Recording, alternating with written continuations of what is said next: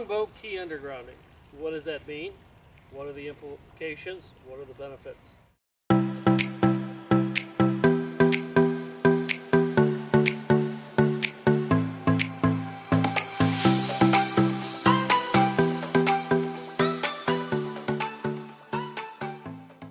Good afternoon. My name is Mike Rennick. I am the team leader, the senior broker with Team Rennick Real Estate Services, part of that great Keller Williams on the water family. This is part of my promise to you to share what Longboat is all about for the people that live here, people that play here, people that work here. My guest today is on every Sunday is Steve Reed. Good afternoon, Steve. It's the afternoon edition. Same here. And Steve is the owner publisher of the Longboat Key News. I've got a little coaxial cable in my hand. And what has this got to do with why we're here? Well, Mike, undergrounding is a big deal. It's the underground movement on Longboat. It's not a political movement against the government. I hadn't thought of that. It's actually a major initiative. This is one of the biggest projects the town is undertaking, and taxpayers are paying for it, so everyone's been interested in it. Mm-hmm. And what they're doing is removing all of the above ground power lines, cable lines, and all this infrastructure, and it's all going to go underground for various reasons. Aesthetically, Longboat likes to keep itself, is self-consciously a beautiful community, and so you can imagine all of this going away. And for safety reasons, being a barrier island, it's pretty well established that it'll make the service more reliable and less vulnerable to storms and to hurricanes. So what that means is it's not just the cables, the poles and everything will be gone. Poles will be gone. All of this will be gone. Okay. And they've really improved the technology. The switches they use underground are well sealed. Some of the communities, such as Bay Isles and Islandside, thousands of homes in those areas are already undergrounded to the residences. So this will take care of the rest of the keys, as long as Gulf of Mexico Drive, the main road, the only way on and off the island. Everything will go underground. So the purpose of this is to give better service, keep the ambiance and the pristineness of the island where it's at. That's right. So we're not destroying it with modern whatever kind of stuff. We're keeping Longboat Key how it always has, but it's a protection for the residents in terms of service. Yeah, let me interject there a little bit. When we talk about aesthetically, not only do the telephone poles go away, but especially on Gulf of Mexico Drive, the era of the trees getting lopped off, so we get these bizarre forms, because as you know, every time a storm comes or after a storm, the Asplund crews or these tree cutting crews come along and they create V's and bizarre looking, it's an arborist nightmare. So it's done to protect the lines, right? The lines will be underground, but the trees, this allows a lot of landscaping possibilities. Right. So a bunch of good things are also going to happen. You're going to have increased level of landscaping. One of the ideas is to perhaps try to make Gulf of Mexico Drive and the walk path more shaded.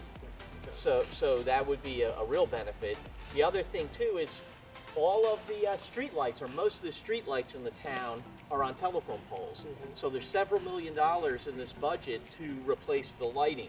So you're going to see a little bit of enhanced lighting, especially on Gulf of Mexico Drive at critical intersections, and also where the new crosswalks were installed. You'll see a little more lighting there, but you're going to see basically prettier lighting poles. You're going to see a more unified lighting poles. In the neighborhoods, if a lighting pole, there's one down there, which I don't know, you can see is on a power pole. Well, in the neighborhoods, wherever there's a light now, there'll be a lighting pole later, but they could be decorative, they could be modern. The commission is going to decide what those poles will look like probably in January of this year. It's already budgeted for, it's already paid for. So in addition though, the power cable, we're going to be burying fiber, which right now has no traffic. So Longboat is preparing for the future if other cable companies, other internet providers want to come out? Correct. The idea is if you're building a trench to every residence on this island, why not put in cable? That's the time to put in any kind of infrastructure you can. It's basic building 101. So that's what they're doing. They're going to take what's called black fiber, or they're going to create a unified island-wide fiber optic network. Now that could be leased to the private sector. It could also be used by the town to broadcast messages, to give medical information. There's a lot of ways to utilize it, but it's just something that the cost is de minimis at the same time that you're doing all this work. So that is in the budget. The lighting is in the budget. The undergrounding and that work is in the budget. I do have to talk just a little bit because on Longboat Key, we're a feisty community. The residents are super engaged, Yes. right? I mean, they They are. they don't, They you feel strong about what they want. you do real estate out here. Sometimes they may feel they know more than you do even. That happens, Absolutely. right? Absolutely. I've had that experience. Well, same with undergrounding. Everyone became an engineer and an expert. Right. And so the city, the town went through years really designing this, figuring out how to pay for it. You won't believe the battles in town hall. Who should pay for what? How do you fairly charge the The residents? allocation process. It was a big deal. The neighbors fought each other. We had these different factions. Finally, it was worked out. It was voted on. Everyone wanted to do it. How to pay for it became difficult, but it did finally happen, and the town is spending about $50 million to do this project. So it is big money, but I think the experts and the real estate industry, and important to you, has shown that there is a community-wide benefit to property values to be in a world that's undergrounded and gets rid of all this. Well, just the after effects when you're driving down Gulf of Mexico Drive and you see the trees beautifully landscaped and shaped, Right. instead of cut out so the wires can go through it. It is going to make a difference out here on how the island looks. Oh yeah. Changes the real estate prices. I'm not smart enough to know that right now, but it definitely makes Longboat Key even a nicer place to live if you come through here. It is. I've never heard someone get excited about the view of the tower pole, so I think it'll be a good thing, and I'm really excited on a personal level if they're able to enhance the landscaping on Gulf of Mexico Drive. We have one of the prettiest 10-mile walkways Oh, absolutely. and By bicycle far. paths. If that walkway can become more shaded and lighted with beautiful lighting fixtures, that's really going to add a whole nother level to our main road. Do we know the timing on this? Yeah, the bonds have been approved.